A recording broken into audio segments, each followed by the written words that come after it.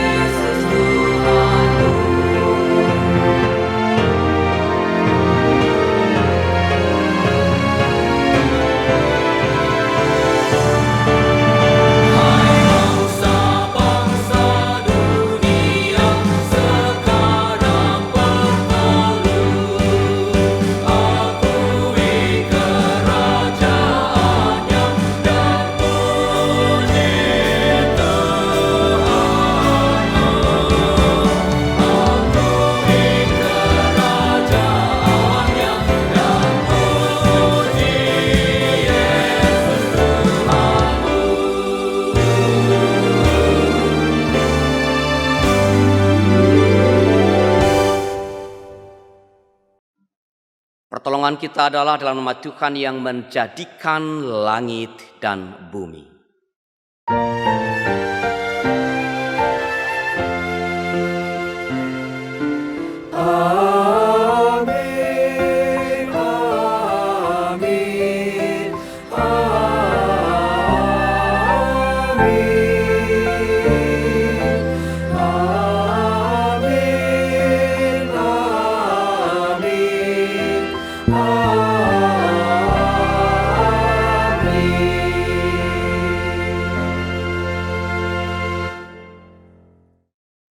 Tuhan beserta saudara.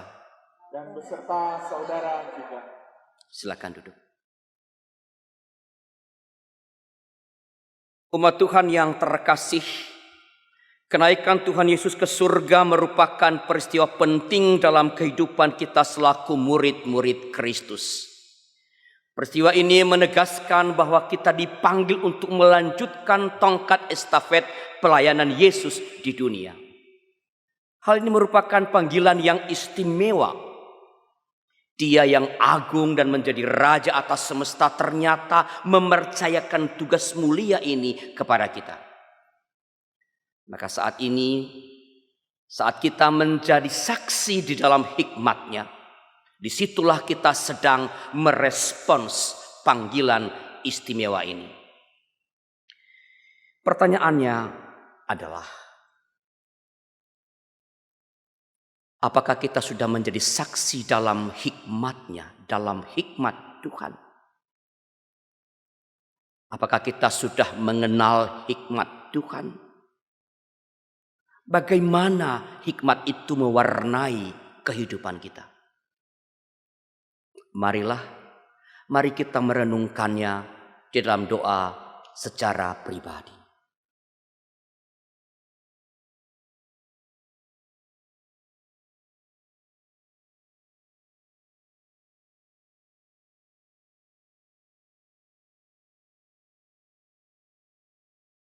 Ya Allah yang maha mulia, kami bersyukur sebab Engkau mempercayai kami untuk melanjutkan karya pelayanan-Mu di tengah dunia.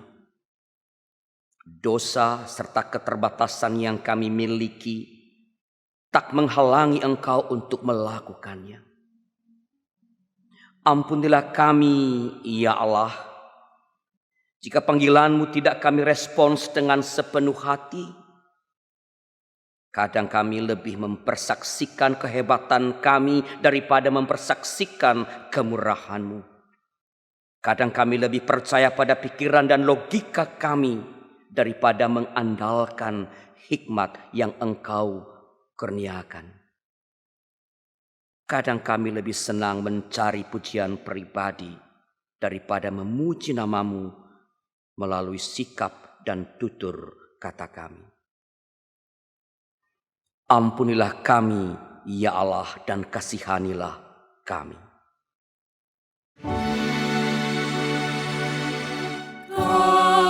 Kasihani kami, ya Tuhan. Kiranya Roh Kudus yang tinggal dalam hati kami menuntun kami untuk mengenal hikmat-Mu dan mendorong kami untuk menyatakannya sebagai kesaksian dalam hidup kami. Di dalam nama Tuhan kami, Yesus Kristus, kami berdoa. Amin. Mari bersama berdiri. Kristus yang naik ke surga telah menyatakan kemuliaan-Nya pada kita melalui berita pengampunan sebagaimana dipersaksikan Paulus kepada Timotius dalam surat 2 Timotius pasal 4 ayat 18.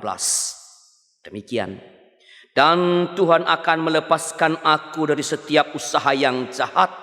Dia akan menyelamatkan aku sehingga aku masuk ke dalam kerajaan-Nya di sorga. Baginya lah kemuliaan selama-lamanya.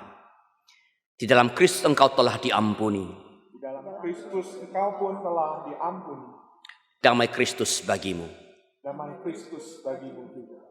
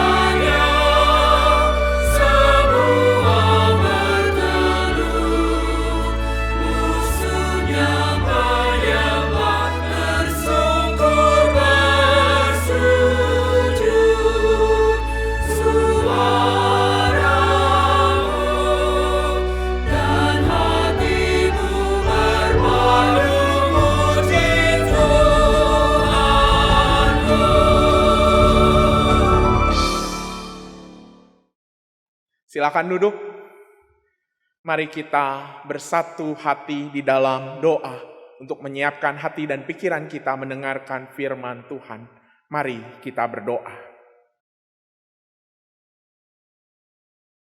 Suara dan hati kami berpadu memuji Engkau, ya Allah, Kristus yang menjadi juru selamat kami. Dan Roh Kudus yang setia memampukan kami untuk terus memuji dan bahkan untuk terus merindukan firman Tuhan yang menjadi pandu kehidupan kami. Ketika saat ini kami hendak mendengarkan firman Tuhan, urapilah kami ya Tuhan, urapi kami sehingga kami dapat mempersiapkan hati dan pikiran kami, membuka diri kami untuk menerima firman Tuhan, dan juga perenungan firman Tuhan pada hari ini. Di dalam nama Tuhan Yesus Kristus, Sang Raja yang mulia, kami berdoa. Amin. Umat yang terkasih, bacaan pertama dari Kisah Para Rasul 1, ayat 1 sampai 11.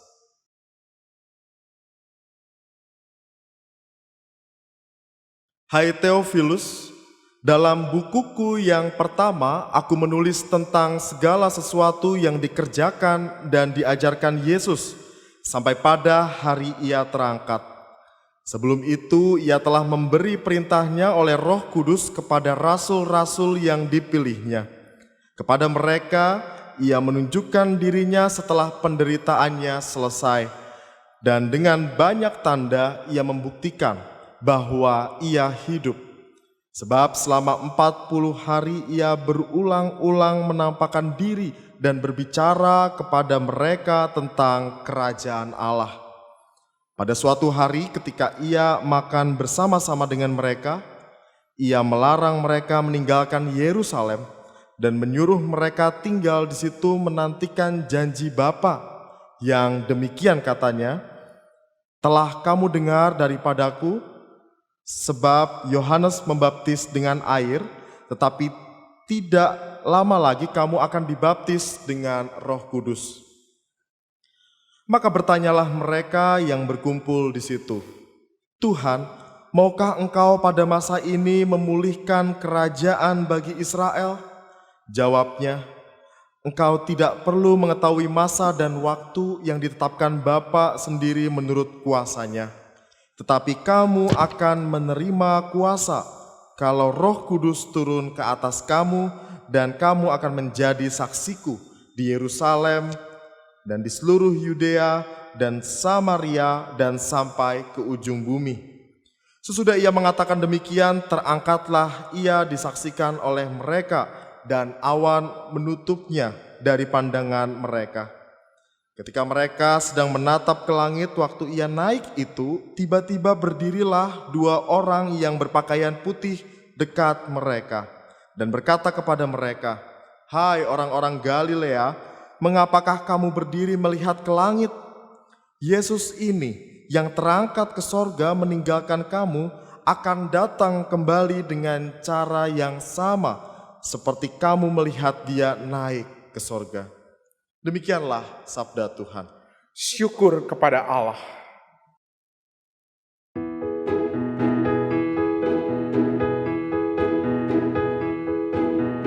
Allah telah naiklah, amin, haleluya. Diiringi sorakan, amin, haleluya. Mari bagi dia bermazmur, amin, haleluya. Mari bagi dia bermazmur, amin, haleluya. Allah telah naiklah, amin, haleluya. Diiringi sorakan, amin, haleluya. Mari bagi dia bermazmur, amin, haleluya.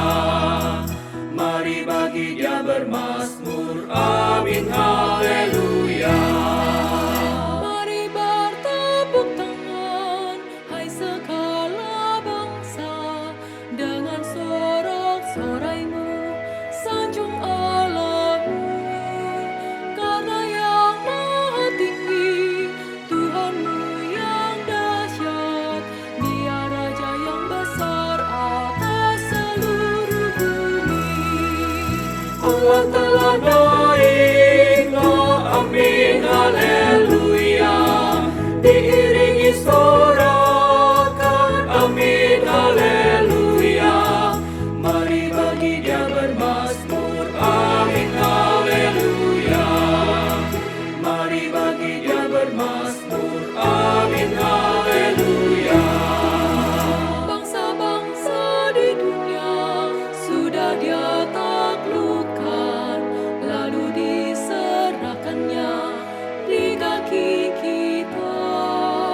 Tuhan yang memilih tanah perjanjian bagi kebanggaan Yakub yang dikasihinya.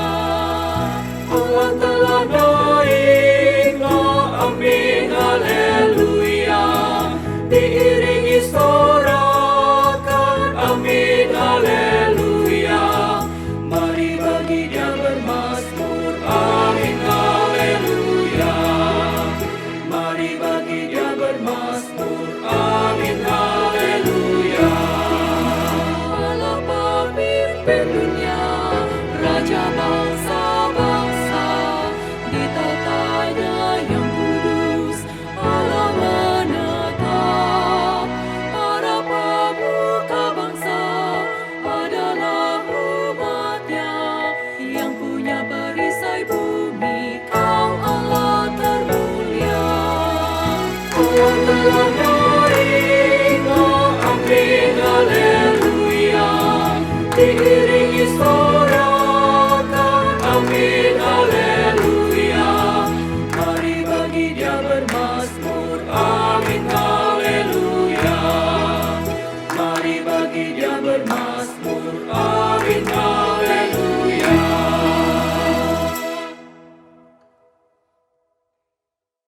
Bacaan kedua dari surat Efesus pasal yang pertama ayat 15 sampai 23. Karena itu, setelah aku mendengar tentang imanmu dalam Tuhan Yesus dan tentang kasihmu terhadap semua orang kudus, aku pun tidak berhenti mengucap syukur karena kamu.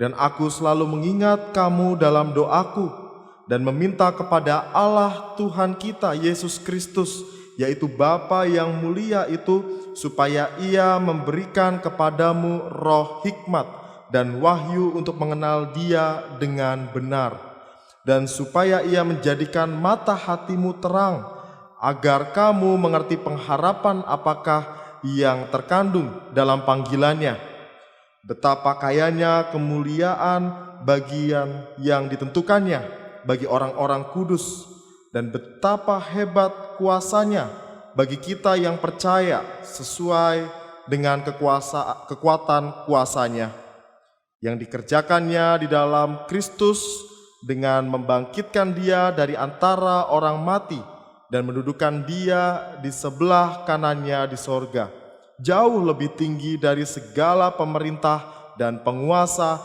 dan kekuasaan dan kerajaan dan tiap-tiap nama yang dapat disebut, bukan hanya di dunia ini saja, melainkan juga di dunia yang akan datang. Dan segala sesuatu telah diletakkannya di bawah kaki Kristus, dan Dia telah diberikannya kepada jemaat sebagai kepala dari segala yang ada. Jemaat yang adalah tubuhnya, yaitu kepenuhan Dia yang memenuhi semua dan segala sesuatu. Demikianlah sabda Tuhan.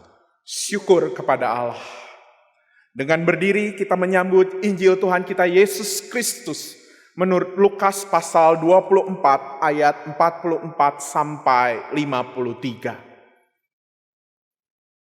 Lukas pasal 24 ayat 44 sampai 53. Ia berkata kepada mereka, "Inilah perkataanku yang telah kukatakan kepadamu ketika aku masih bersama-sama dengan kamu, yakni bahwa harus digenapi semua yang ada tertulis tentang aku dalam kitab Taurat Musa dan kitab nabi-nabi dan kitab Mazmur." Lalu ia membuka pikiran mereka sehingga mereka mengerti kitab suci.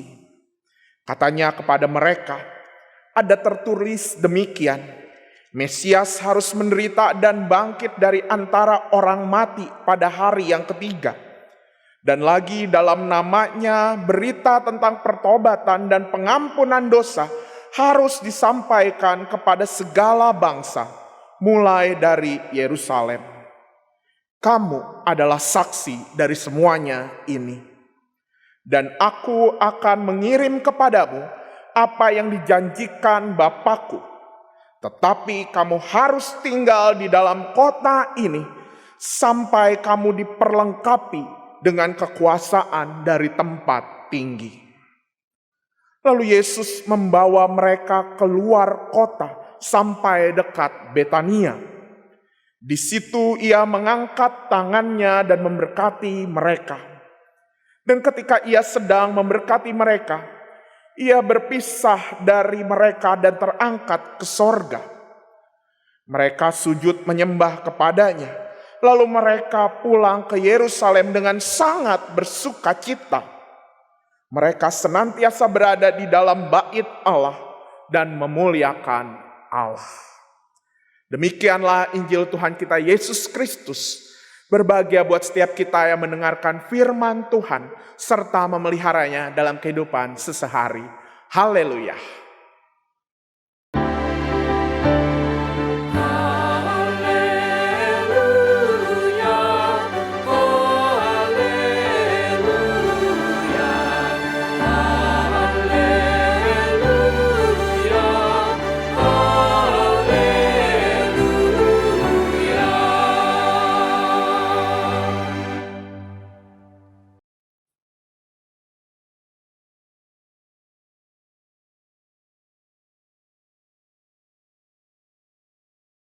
Minal aidin wal faizin, mohon maaf lahir dan batin. Ucapan itulah yang kita ucapkan, kita utarakan kepada saudari-saudari kita yang hari ini juga bersama-sama merayakan Idul Fitri. Idul Fitri yang dimaknai sebagai hari yang penuh dengan kemenangan. Secara pribadi, ibu bapak dan saudara semua, saya sangat terkesan dengan ungkapan ini. Mengapa? Karena di dalam dunia biasanya momen kemenangan itu dirayakan dengan suatu yang mewah, suatu yang glamour, suatu yang penuh dengan kesan ramai atau hura-hura.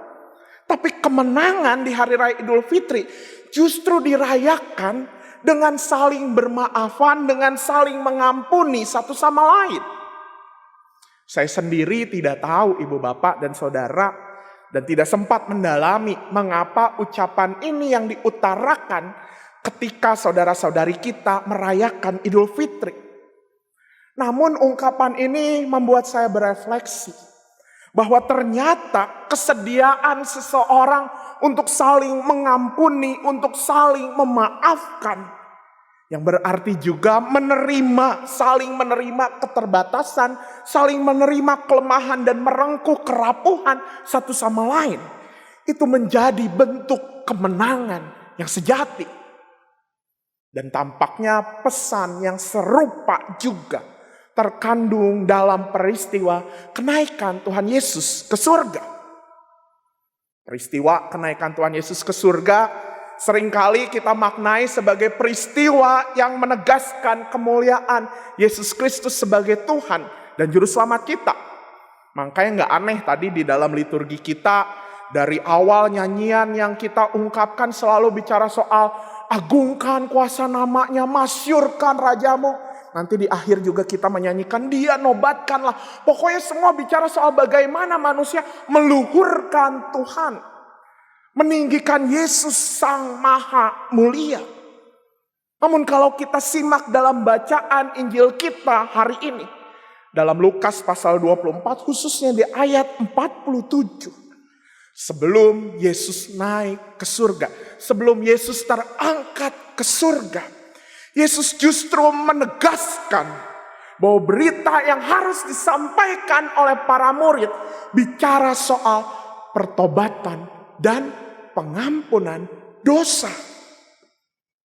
Maka dua tema ini, kemuliaan dan pengampunan dosa, seolah berpaut satu sama lain. Menjadi dua tema yang saling berpaut di dalam peristiwa kenaikan Tuhan Yesus ke surga.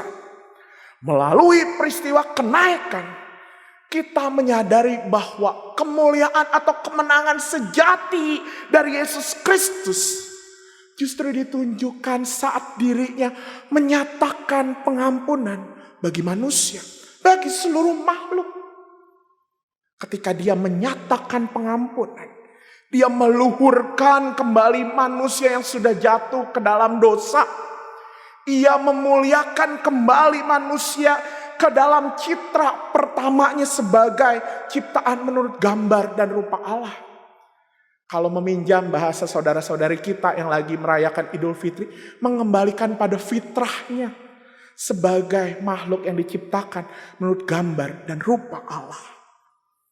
Bahkan ibu bapak dan saudara semua, dalam salah satu kesempatan Pendeta Yoas Adi Prasetya pernah menyatakan bahwa peristiwa kenaikan menjadi momentum saat manusia menyaksikan bagaimana Yesus yang adalah manusia dan Allah itu sendiri, yang sudah menderita, yang sudah terluka, seperti yang Yesus tampakkan selama 40 hari. Dia menampakkan diri kepada para murid, membawa kemanusiaannya itu ke dalam surga. Luka dan kerapuhan manusia ia rengkuh menjadi bagian yang surgawi, menjadi bagian yang ilahi. Artinya apa? Adanya keterbatasan, adanya kelemahan, adanya kerapuhan bukanlah tanda bahwa kuasa Allah sedang absen dalam kehidupan manusia. Allah tetap berkuasa meskipun kita lemah. Allah tetap berkuasa meskipun kita rapuh dan terbatas. Dan semestinya ini tidak menjadi halangan kita. Kerapuhan, keterbatasan, kelemahan tidak menjadi hambatan kita untuk terus berkarya. Dan itu sebabnya ini juga yang menjadi alasan mengapa peristiwa kenaikan pun seringkali terkoneksi, terhubung dengan tema soal pengutusan. Seperti tema kita, tema ibadah kita pada hari ini, menjadi saksi dalam hikmatnya. Tentu hikmat yang kita refleksikan dari perenungan ini adalah hikmat Kristus. Hikmat Kristus di mana Allah lebih memilih untuk merengkuh kerapuhan manusia daripada meniadakan kerapuhan itu sendiri. Semata-mata untuk apa? Semata-mata supaya kita menyadari, supaya kita semua menyadari bahwa kita memang dipanggil untuk menjadi saksinya. Meskipun kita lemah, meskipun kita terbatas dan bahkan kurang daya, kita sedang tidak berdaya. Ibu bapak dan saudara semua, inilah yang menjadi panggilan kita. Peristiwa kenaikan Tuhan Yesus tidak menjadikan kita sebagai saksi yang biasa-biasa saja. Saksi yang sekadar menceritakan kehebatan Tuhan. Saksi yang sekadar menceritakan berkat-berkat Tuhan yang telah kita rasakan. Tidak cukup hanya itu. Kita justru dipanggil menjadi saksi dengan cara saat kita mau terus berkarya. Meskipun dunia atau kondisi kita cenderung menghambatnya. Baik itu mungkin kita sedang mengalami duka cita. Kita sedang mengalami krisis. Atau pandemi yang selama 1 tahun lebih ini sudah menggerogoti hidup kita. Semata-mata Kristus telah merengkuh kerapuhan manusia. Telah merengkuh kerapuhan dunia ke dalam kemuliaannya. Ibu bapak dan saudara semua, harus kita akui bahwa menjadi saksi dengan gaya seperti ini bukanlah hal yang mudah. Bukanlah hal yang populer. Secara manusiawi kita sangat sulit untuk menjadikan keterbatasan, kelemahan, kerapuhan justru menjadi modal kita untuk menjadi saksinya.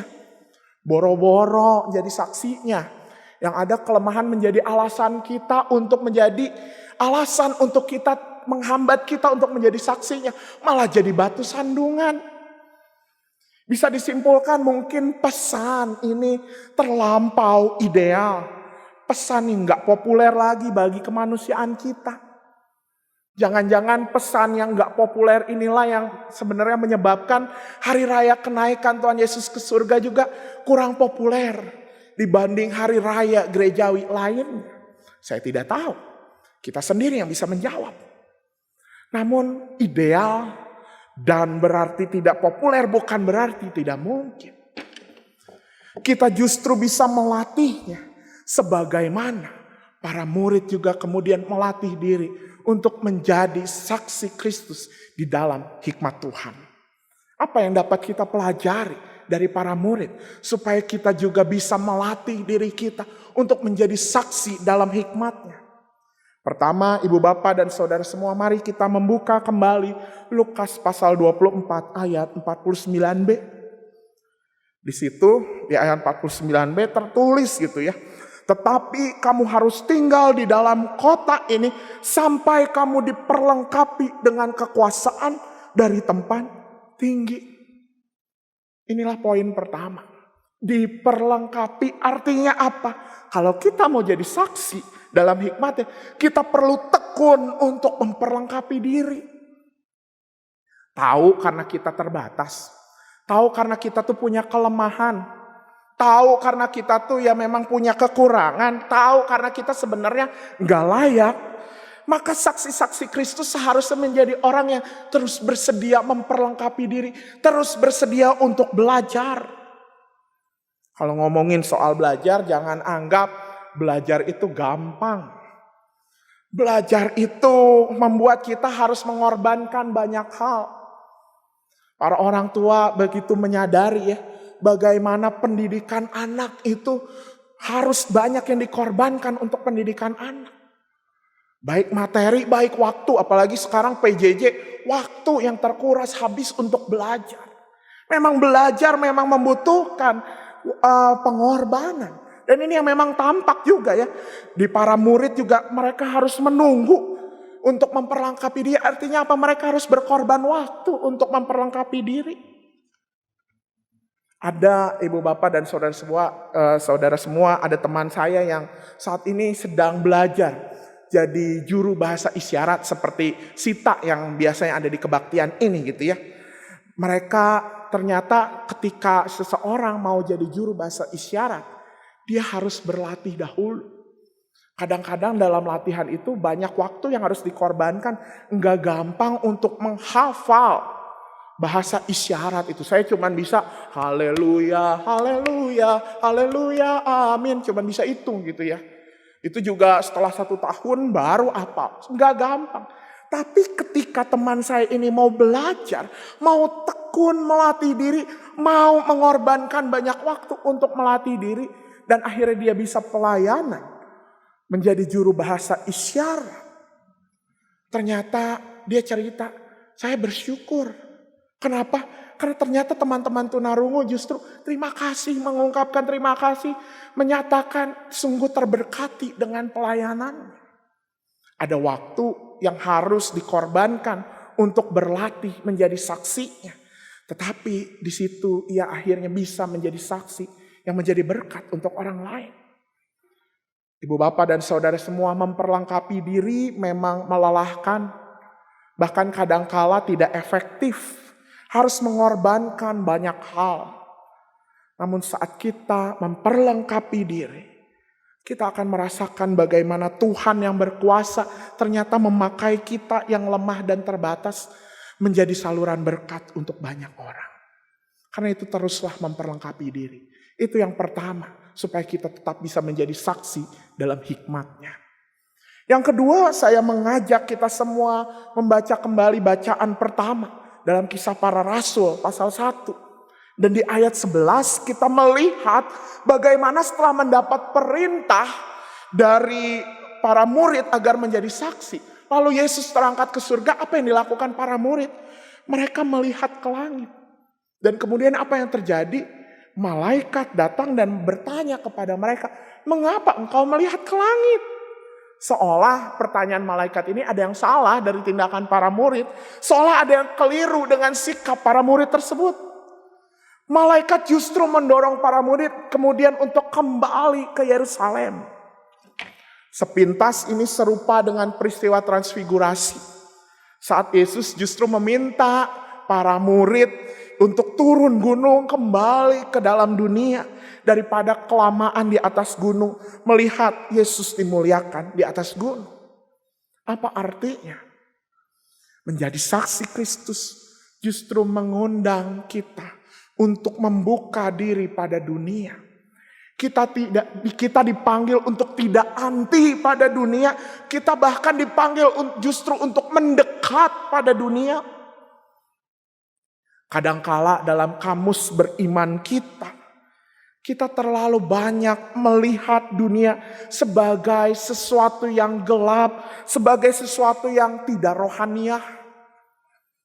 Ini seringkali sudut pandang ini seringkali saya dapati ketika ada seseorang yang bertanya, yang ngobrol gitu ya, bertanya soal panggilan saya, soal pendeta, lalu dia kasih komentar, aduh itu adalah profesi yang paling mulia, itu adalah panggilan Tuhan.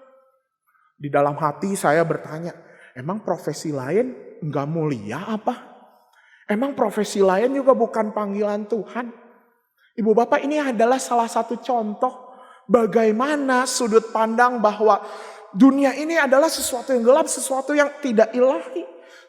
Dunia ini adalah sesuatu yang tidak kudus, tidak pantas untuk dianggap sebagai sesuatu yang ilahi. Maka marilah kita sebagai saksi dalam hikmatnya justru menolak pandangan tersebut. Kita justru harusnya menjadi pribadi-pribadi yang peduli, terbuka terhadap dunia. Dunia memang gelap, dunia memang rapuh. Dan justru memang disitulah tugas kita untuk menyinari dunia. Seberapa sering sih gereja dalam khotbah-khotbahnya, dalam sesi-sesi, dalam pembinaan-pembinaannya, bicara soal isu-isu ketidakadilan sosial, buruh migran, kesetaraan gender, ketidakadilan ekonomi, dan sebagainya. Seberapa sering sih gereja membahas isu-isu soal lingkungan hidup, soal ekologi. Yang ada ketika kita mendengar khotbah seperti itu, kita bertanya-tanya dalam hati, kok duniawi banget ya khotbahnya. Gereja yang bersaksi dalam hikmat Kristus adalah gereja yang membuka diri pada dunia yang gelap, yang rapuh dan terbatas. Justru disitulah kita dipanggil untuk menjadi cahaya kemuliaan Allah, untuk menegakkan kerajaan Allah di tengah dunia. Mari membuka diri pada dunia, disitulah kita bisa menjadi saksi dalam hikmat Kristus. Itu yang kedua. Lalu yang ketiga, yang terakhir, saya mengundang kita semua membaca bacaan kedua dari Efesus pasal yang pertama. Dan saya sangat terkesan di ayat yang ke-18. Kenapa? Karena di ayat yang ke-18 ada bunyi seperti ini. Agar kamu mengerti pengharapan apakah yang terkandung dalam panggilannya. Ayat ini dengan jelas bahwa kalau kita mau jadi saksi di dalam hikmatnya, maka kita harusnya mengerti setiap pengharapan yang ada. Artinya ketika kita dipanggil menjadi saksi, kita pun dipanggil untuk menyebarkan pengharapan. Ibu bapak dan saudara semua, Allah yang merangkuh kerapuhan manusia, kerapuhan dunia adalah Allah yang memberikan pengharapan pada manusia. Maka tunjukkanlah pengharapan itu dalam panggilan kita, dalam kehidupan sehari-hari. Menyebarkan pengharapan bukan sekadar ketika kita meneruskan berita-berita baik. Sekarang gampang ya, forward. Berita-berita baik, berita-berita yang, atau tulisan-tulisan yang inspirasi. Tulisan-tulisan yang memotivasi. Berita baik yang jauh lebih baik, itu ketika itu diinspirasi oleh tindakan kita. Dan bahkan di dalam situasi sulit sekalipun, persaksikan pengharapan itu saat kita menunjukkan diri sebagai diri yang mau bangkit, yang mau berjalan walau tertatih-tatih. Ibu bapak dan saudara semua, harus diakui pandemi COVID-19 ini yang sudah berlangsung selama 1 tahun lebih ini menimbulkan banyak krisis dimanapun. Saya teringat saya kenal dengan seseorang yang juga terdampak sangat erat dengan pandemi ini. Ada anggota keluarganya yang meninggal dan bahkan dirinya sendiri pernah terpapar oleh COVID dan usahanya pun sangat terdampak dari COVID ini. Bukan hal yang mudah untuknya menerima hal ini kalau pakai logika manusia sepertinya udah mau selesai aja. Dan bahkan di dalam awal-awal ketika dia menerima kenyataan tersebut, dia juga enggan untuk ikut persekutuan-persekutuan online di gereja. Namun pada satu titik dia mencoba untuk bangkit. Dia mencoba untuk berjalan walau tertatih-tatih. Enggak mudah, dia mulai dengan ikut dulu persekutuan online. Tiba pada saatnya kemudian akhirnya dia pun terlibat dalam pelayanan persekutuan online tersebut. Bukankah di sini dia sudah menjadi saksi bagaimana dia bangkit dari keterpurukan. Menjadi saksi yang menyebarkan pengharapan. Bukan berarti kita harus keliling dunia. Enggak harus. Tapi saat kita mau bangkit dari keterpurukan kita. Saat kita mau berjalan tertatih dari situasi kita yang sangat tidak mengenakan. Disitulah kita sedang menunjukkan Kristus yang berkuasa dalam hidup kita. Ibu bapak dan saudara semua, jika saudara-saudari kita yang muslim merayakan hari kemenangan dengan saling bermaaf-maafan, maka hari ini di dalam peristiwa kenaikan Tuhan Yesus ke surga, marilah kita merayakan kuasa kemuliaan Kristus. Ketika kita apa? Yang pertama ketika kita mau memperlengkapi diri. Yang kedua apa? Ketika kita mau membuka diri pada dunia. Dan yang ketiga ketika kita mau menyebarkan pengharapan saat kita bangkit dari keterpurukan. Jangan takut jika kita rapuh. Jangan takut jika kita memiliki kelemahan. Jangan takut ketika kita mengalami krisis. Biarkanlah kuasa Kristus yang mulia, yang berkuasa atas hidup kita. Dengan begitu, kita sedang menjadi saksi dalam hikmat Tuhan Yesus Kristus. Hikmat Kristus yang memampukannya untuk memilih untuk merengkuh kerapuhan manusia daripada meniadakan kerapuhan. Tuhan memberkati kita semua. Amin.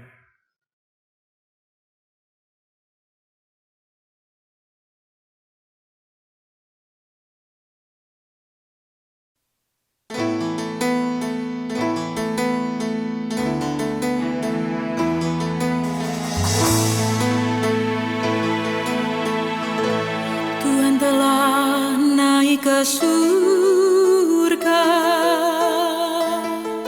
kembali pada Bapa,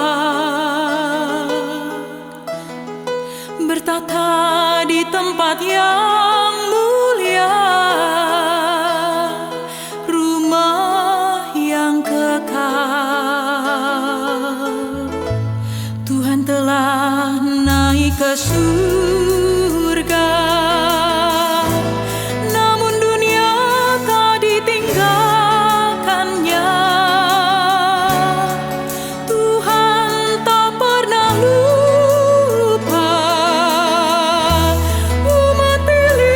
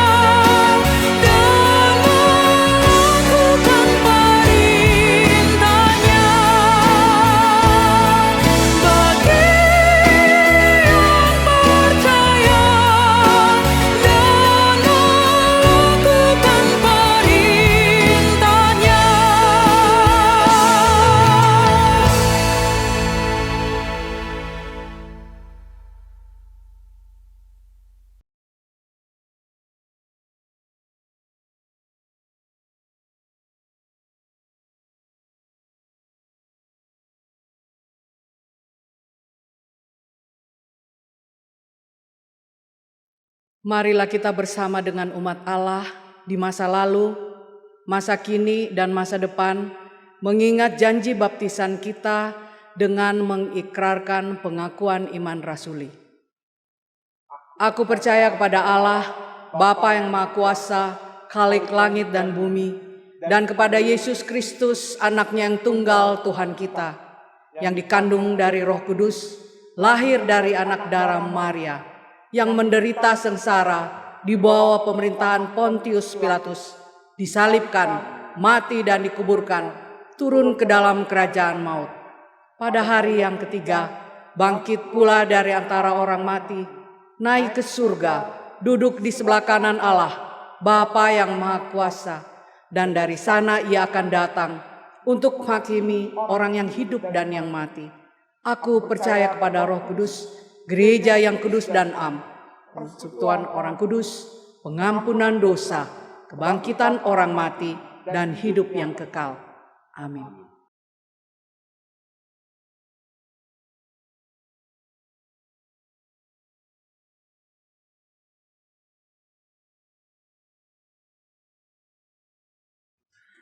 Ibu, bapak, dan saudara semua, mari kita bersatu hati di dalam doa.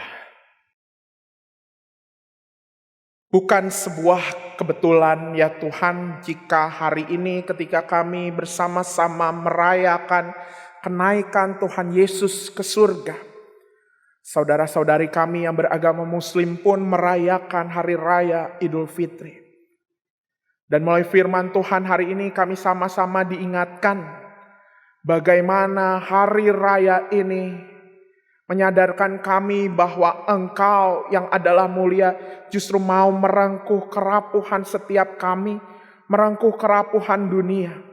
Sehingga kami mampu menjadi saksi-Mu walaupun kami penuh dengan keterbatasan, kelemahan, dan mungkin kami sedang ada dalam keadaan yang terpuruk. Ajar kami ya Tuhan untuk terus memperlengkapi diri. Ajar kami ya Tuhan untuk terus membuka diri pada dunia, tidak antipati terhadap dunia. Dan ajar kami untuk menyebarkan pengharapan saat kami mau bangkit dari keterpurukan. Terima kasih Tuhan untuk pesan-Mu di hari raya kenaikan Tuhan Yesus ke surga ini. Dan kami juga mengingat saudara-saudara kami juga yang sedang merayakan hari raya Idul Fitri. Kiranya memang hari raya ini menjadi bentuk nyata kasih persaudaraan di antara kami semua. Ketika kami sama-sama menjunjung kedamaian dan kasih toleransi satu sama lain. Dan membuat bangsa kami tidak terpecah belah. Karena disitulah kami juga sedang menjadi saksi di dalam hikmat Kristus. Karena itu ya Tuhan, kami juga ingin berdoa untuk gereja-gereja, baik GKI maupun gereja-gereja non-GKI dan gereja-gereja di seluruh dunia ya Tuhan. Kiranya gereja-gereja-Mu juga ya Tuhan menjadi gereja yang menampilkan kepenuhan tubuh Kristus. Kepenuhan tubuh Kristus saat gereja terus mewartakan pengharapan. Walau gereja juga sangat terdampak dari akibat pandemi COVID-19. Biarlah gereja bisa saling bergandengan tangan satu sama lain untuk bangkit. Dan terus menjadi saksi Tuhan di tengah dunia yang menantikan pemulihan. Biarlah kami bisa terus berkolaborasi menjadi satu tubuh Kristus yang saling memulihkan. Kami juga ingin berdoa ya Tuhan, salah satu generasi yang ada di gereja itu generasi remaja. Mereka adalah generasi yang sedang mencari jati diri. Dan kiranya kami sebagai gereja bisa membimbing setiap remaja untuk memiliki fondasi iman yang kuat. Kiranya berkati pelayanan-pelayanan komisi remaja dimanapun gereja-Mu ditempatkan. Pelayanan dari pelayan-pelayan remaja dan juga remaja-remaja kami yang juga sedang bersekolah, yang sedang mengenyam pendidikan. Bahkan saat ini sedang dalam masa-masa ujian. Kiranya Tuhan yang menyertai dan memberkati remaja-remaja kami. Dan ketika kami menjadi saksi Kristus di dalam hikmat-Mu ya Tuhan, kami juga teringat pada dunia. Pada dunia yang sedang merintih kesakitan. Dunia yang sedang kelam akibat COVID-19. Bukan hanya COVID-19, ada berbagai bencana yang terjadi. Baik itu bencana alam, baik itu bencana politik, akibat perang, akibat perebutan kekuasaan, ataupun bencana-bencana kecelakaan transportasi dan segalanya ya Tuhan yang terjadi di seluruh dunia. Ya Tuhan, pulihkanlah dunia. Dan kiranya kami sebagai saksi-Mu dapat berkarya untuk dunia.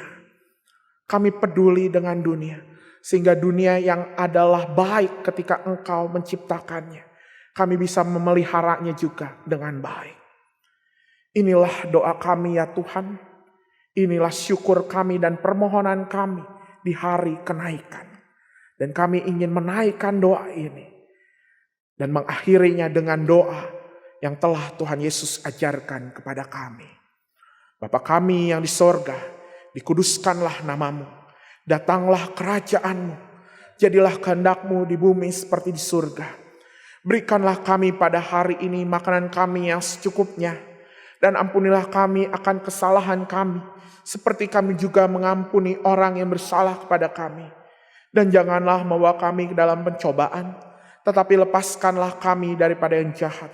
Karena Engkaulah yang mempunyai kerajaan dan kuasa dan kemuliaan sampai selama-lamanya. Amin.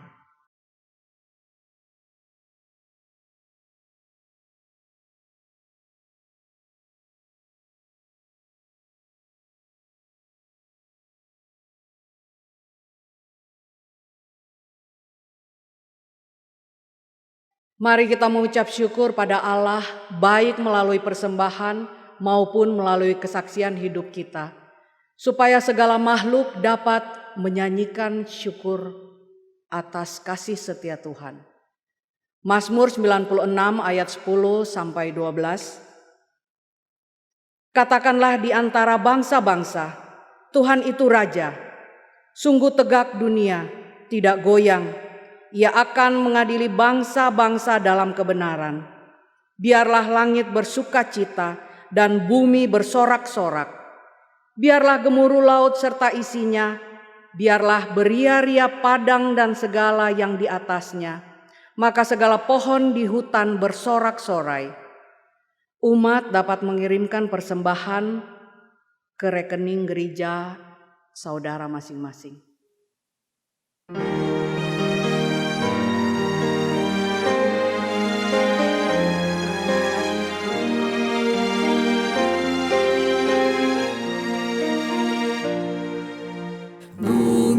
Dan langit pujilah yang tinggi dan kudus, firman-Nya maha mulia,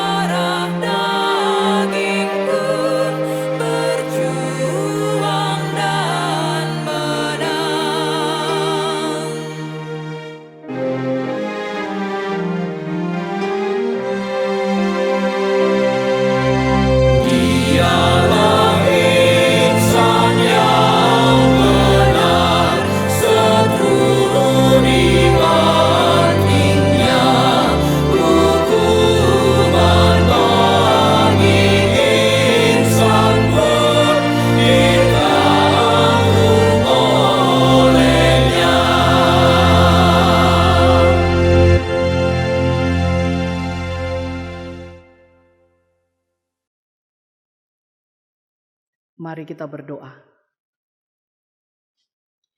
Baik bumi maupun langit memuji-Mu ya Allah. Oleh karena kemuliaan-Mu ditunjukkan melalui kasih yang nyata dan begitu besar dalam hidup kami, hikmat-Mu selalu menuntun hidup kami. Untuk hidup berkemenangan dalam pengampunan-Mu, dalam syukur tersebut, kami datang membawa persembahan. Kiranya persembahan ini dapat dikelola gereja untuk pelayanan dan kesaksian gereja-Mu. Di tengah dunia yang menantikan pemulihan, di dalam nama Kristus Sang Raja Maha Mulia, kami berdoa dan bersyukur. Amin.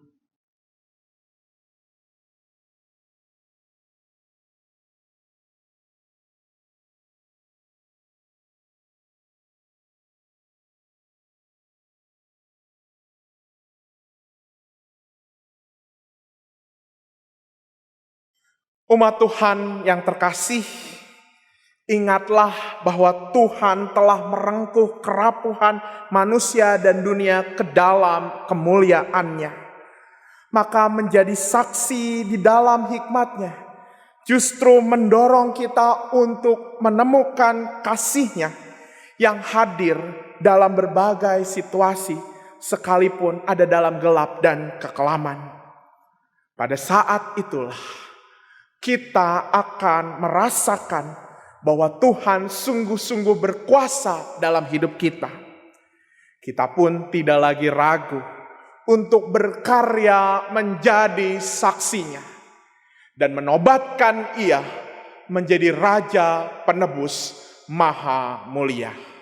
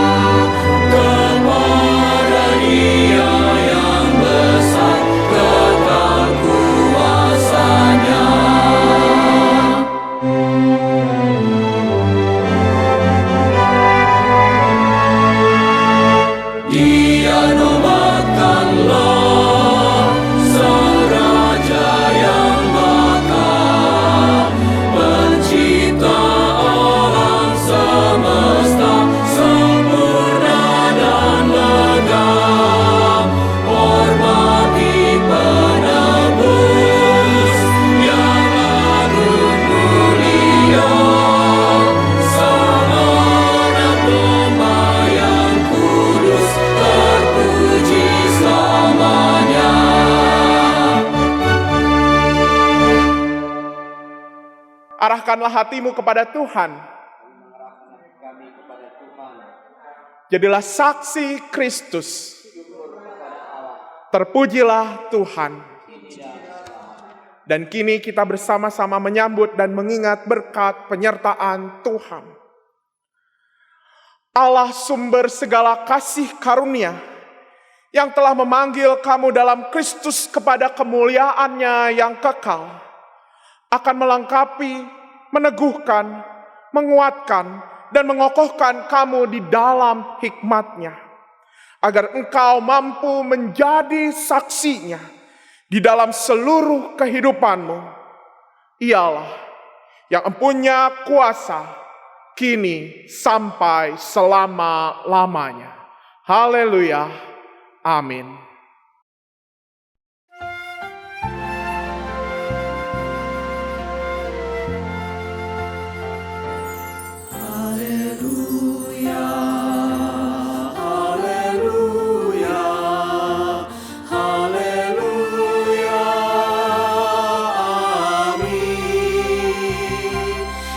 Setiap kata dan karyaku, haleluya, amin.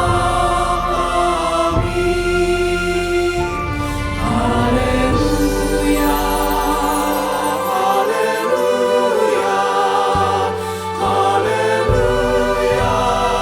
haleluya, amin. Di setiap kata dan karyaku, haleluya,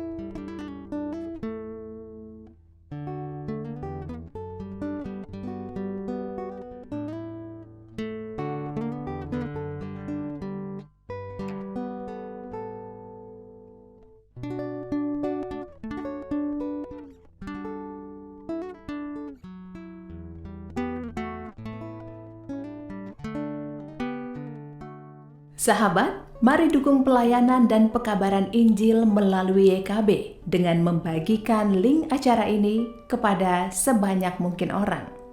Dukungan juga dapat saudara lakukan dengan mentransfer dukungan finansial ke rekening BCA ke nomor 450-305-2990,